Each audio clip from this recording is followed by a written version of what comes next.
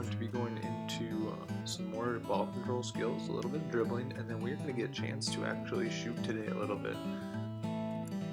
So, going through our day 3 agenda, our warm-up with a little day 2 review, some ball control, shooting, then we'll do an overall review and a cool down. Video should be about 15 minutes long. Remember, do what you can, where you can, and don't stress out about it if you don't go through everything. The goal is just to get you active and moving today. So good luck and have fun. First little warm up, we're going to do broken clocks. Remember, this is where you put your hands up to the top and then all the way down to the bottom. It's kind of a fun way to go and warm up your arms. If you can't do this one, you can rotate both arms forward or both arms backwards. Again, don't get frustrated with these warm-ups either, just to get you moving your arms. So however you're moving, it's good in my book. Alright, keep moving those arms a little bit. Now using the waist, we're doing windmill toe touches. So where you're turning up on the upper body a little bit, getting that waist woke up, slowly moving everything and transferring your weight. Again, on each of these warm-ups, do about 30 seconds. Alright, Frankensteins. I'm sure you haven't seen this one for a while, so I thought I'd bring it back. This is where you're lifting up your leg and trying to touch your opposite foot with your opposite hand. So left hand to right foot, right hand to left foot.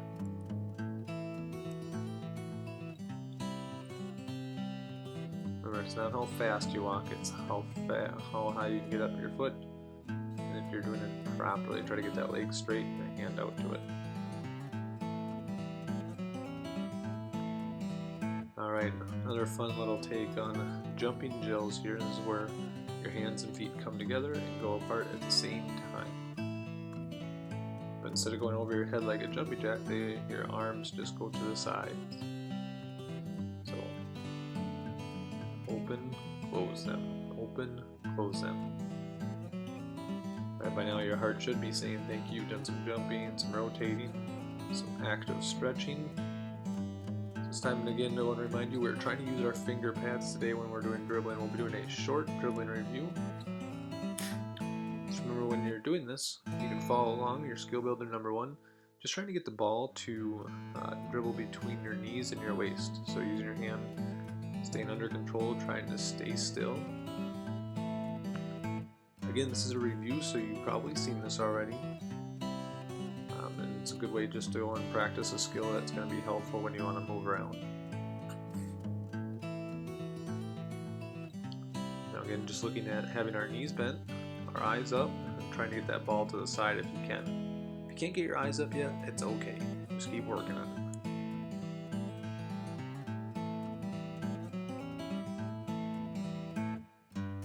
it. Alright. We got a little bit of dribbling, a little day 2 review done. We're going to do some ball control here, just to go and kind of continue to go and add to our review. So as using dribbling with our ball control, we are trying to dribble with both hands. You can see how I'm transferring my weight, slowly bending my knees left to right, left to right.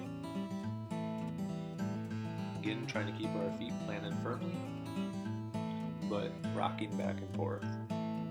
Use those finger pads on both hands. Nice job. You're doing a great job. If you're trying this and you're getting it to work even once or twice, if you have to catch it, that's okay. Alright, single-handed dribble. You already did this, but now we're just adding in walking. Just a good practice for you. So when we get to shooting and you add dribbling in with shooting, you can start playing some lead-up games.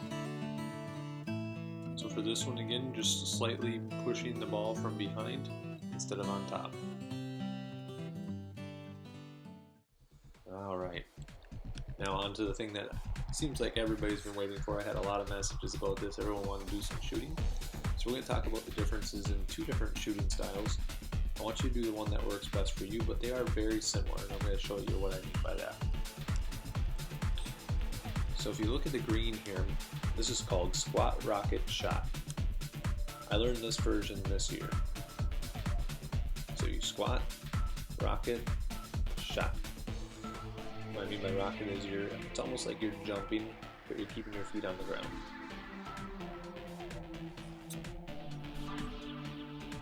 Alright, I'll show you the other technique now. This is called beef, which stands for balance. See how my feet are spread apart? Your eyes should be looking at your target, and then elbow. So make sure the elbow is facing towards your target. And F is for follow through. So when I leave my hand hanging up in the air after I shoot, that's the follow through.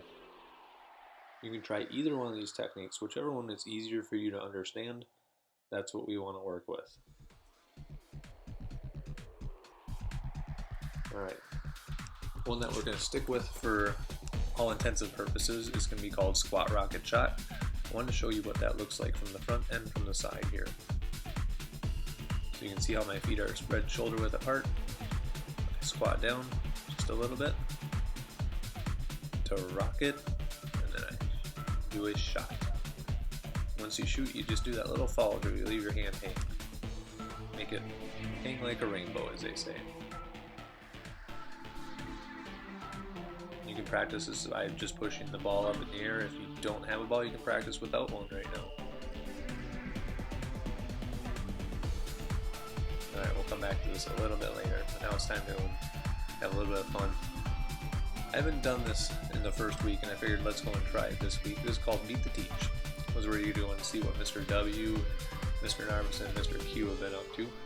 In this activity, it can be done inside or outside. I provided several challenges, so pick the ones that work best for you. Again, if you don't have all the equipment, you can go and try to make up what you need to make it work for you. And this is meant to give you a chance to do some shooting, but have fun at the same time. That being said, you get to see kind of my creativity in my downstairs as well. So find some optics or balls to shoot with. This is in my basement, and I just grabbed a bucket of my daughter's toys, so I've got a bunch of bean bags, balls, and pretty much everything in between. I even have a rubber ducky in there. Now you can set up 3 baskets for this first one, or buckets, or even targets. So if you have action figures or something, make sure you ask your parents beforehand. You can set up towers or whatever you want to use for this first one, just so you have something to go and shoot at. If you put them in a row, it does make it a lot easier. Alright, so beat the teach round 1. How many can you get in out of 10 shots? Notice how I make it in, get a shot in, hold up a finger. It's number 1.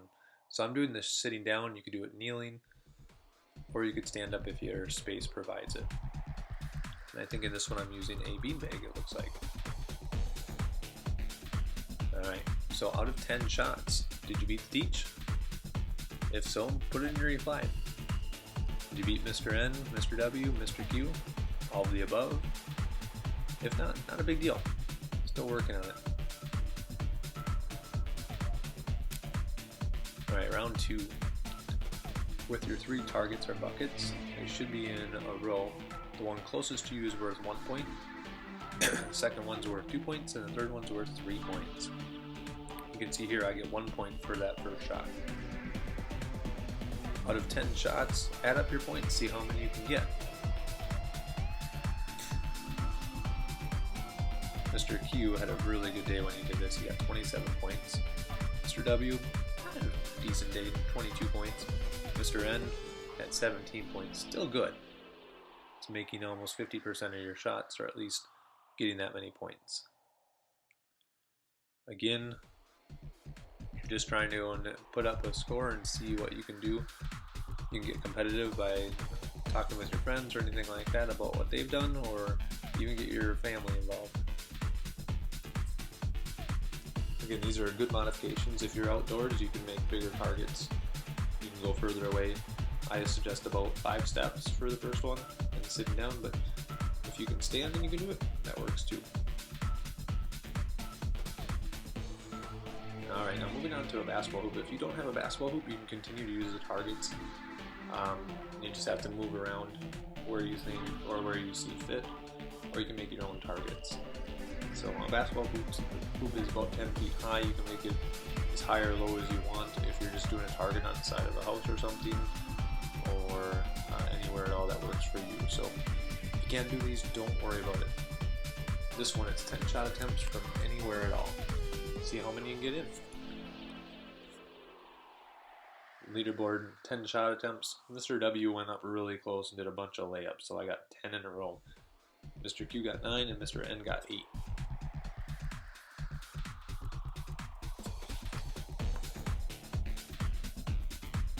Alright, for the next one, you're going to free throw attempts.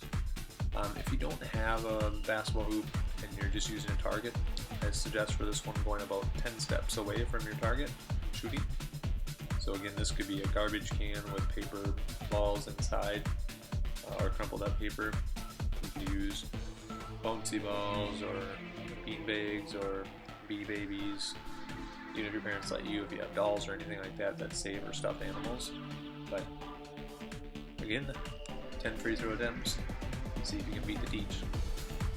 So Mr. W had another good day here, 7 out of 10. Mr. Q was 7 out of 10. And Mr. N had half of his to go in, which was 5 out of 10, which is still pretty good for 3 teachers that don't play basketball.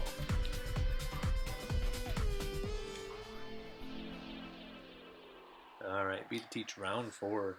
10 shots again, but this time a layup, which is right up where that green line is, right next to the basketball hoop, as close as you can get. That's 1 point. 5 steps away is worth 2 points. And our free throw, which is about 10 steps away, is 3 points. See if you can beat the teach on this one. Mr. Narveson had a great day on this one, getting 25 points. Mr. W had 21. Mr. Q had 17. Did you beat the teach? If not, it's okay. See how high you can get on your score, and if you want to, you can try again to see if you can beat your score. Have as many attempts as you want in the end. Just count out of 10. At that time to find a comfortable space and try to find a space that you've been going to maybe so you can relax a little bit. As we begin our calming down, I want you to think about what did you do well today. Think of any skill that you were successful at. It could have been just doing the toe touches, just doing your warm-up, having a positive attitude, maybe working with a family member while you did some of your challenges or skills, maybe just setting up what you did for your shooting, or just being flexible with what you had to work with. Think about the challenging skills you worked on today as well. How did you overcome those challenges? When something got hard, how did you find a way to keep yourself calm and keep working to make yourself better at that skill?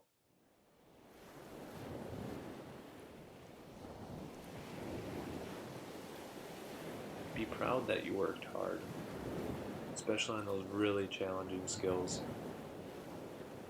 I'm so proud that you've made it this far through the video because it's a long one, and I'm really proud that you've been working so hard, even at home, even when you might not be able to do what you actually want to do and you can't see everyone that you're used to working with.